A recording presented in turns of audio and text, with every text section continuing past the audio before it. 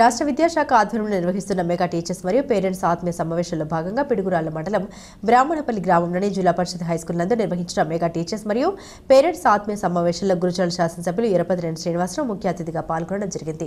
ఈ కార్యక్రమంలో శాసనసభ్యులు మాట్లాడుతూ విద్యార్థులు కష్టపడి చదివి ఉన్నతమైన శిఖరాలకు చేరుకోవాలని, అలాగే తల్లిదండ్రులు కూడా పిల్లల్ని అభిష్టం మేరకు వారు ఏం చదవాలి అనుకుంటున్నారో గ్రహించి విద్యార్థుల్ని ప్రోత్సహించాలని తల్లిదండ్రుల్ని కోరారు. ఈ కార్యక్రమంలో విద్యాశాఖ అధికారులు, ఉపాధ్యాయులు తదితరులు పాల్గొన్నారు.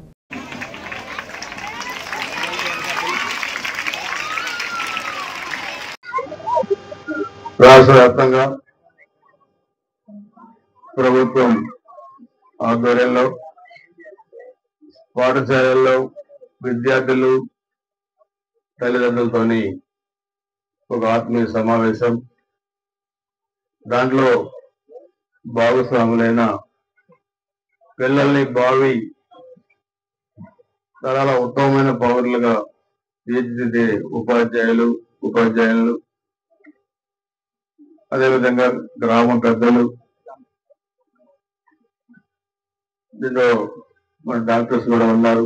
పిల్లల ఆరోగ్య పరిస్థితులను ఎప్పటికప్పుడు చూసుకొని ఎలాంటి ఇబ్బందులు లేకుండా చూసేదానికి ఈరోజు ఒక స్పెషల్ డ్రైవ్ కార్యక్రమం లాగా రాష్ట్ర వ్యాప్తంగా కూడా మన ముఖ్యమంత్రి చంద్రబాబు నాయుడు గారు, అదేవిధంగా లోకేష్ బాబు గారు, ఎడ్యుకేషన్ మినిస్టర్ గారు ఈ కార్యక్రమాన్ని ప్రవేశపెట్టారు.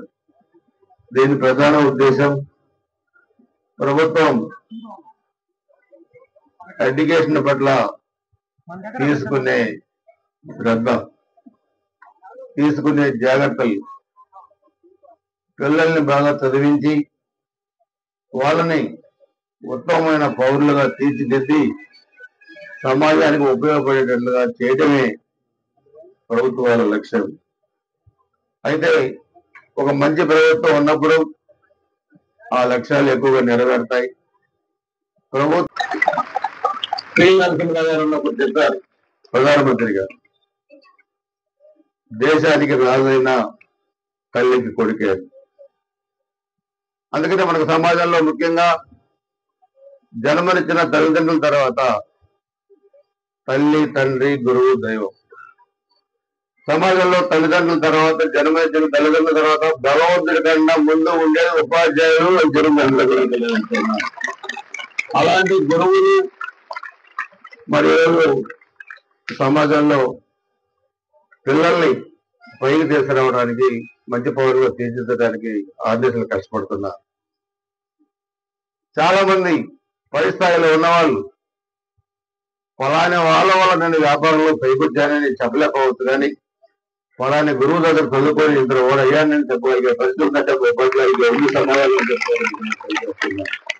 అదేవిధంగా డాక్టర్స్ ఈరోజు ఒక మనిషి ప్రాణాన్ని కాపాడే దాంట్లో కూడా డాక్టర్స్ మరి చాలా విలువైన పాత్ర పోషిస్తున్నారు.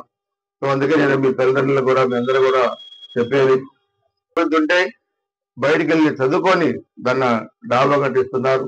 పిల్లల పెళ్లిళ్ళు బాగా చేస్తా ఉన్నారు, ఆరోగ్యపరమైన జాగ్రత్తలు తీసుకుంటున్నారు.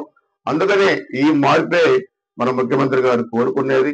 అందుకని దీనిలో భాగంగానే ఈరోజు మళ్ళీ మీరు కూడా ఇంకొక మరి డాక్టర్ అవుతారా, లేకపోతే మీరు పోలీస్ అవుతారా, కలెక్టర్ అవుతారా, ఎస్పీ అవుతారా, ఏమైనా కావాలి. ఒక నిర్దిష్టమైన లక్ష్యాన్ని మీరు ఏర్పరచుకోవాలి. ఆ లక్ష్యం ముందుకెళ్తే ప్రతి ఒక్క పౌరుడు, ప్రతి ఒక్క మీ అంతా చిన్నారు ఇప్పటి నుంచి లక్ష్యాన్ని ఏర్పరచుకుంటే మీ తల్లిదండ్రులు కూలికి పోయి మిమ్మల్ని చదివచ్చు, చిన్న చిన్న వ్యాపారం చేసి చదివచ్చు, చిన్న చిన్న బడ్డీ కొట్టి పెట్టి చదివచ్చు. చాలా మంది పెద్దవాళ్ళు కూడా చాలా మంది చెప్తారు. చాలా మంది కలెక్టర్లు, చాలా మంది ఐపీఎస్ అధికారులు నేను చూశారు. మా తల్లి కూలికి వెళ్ళేది, మా తండ్రి కూలికి వెళ్ళేవాడు, మా తండ్రి చిన్న బడ్డీ కొట్టి పెట్టుకునేవాడు. పెద్ద స్థాయిలో ఉన్న తల్లిదండ్రులు ఏ విధంగా కష్టపడి చదివించారో చెప్పగలిగే పరిస్థితి మీకు కూడా రావాలి. ఆ తల్లిదండ్రుల కళ్ళల్లో ఆనందం చూడాలంటే మీరు లక్ష్యం ఏర్పరచుకోవాలి. అదే నేను మీకు అందరికీ కూడా చెప్తాయి.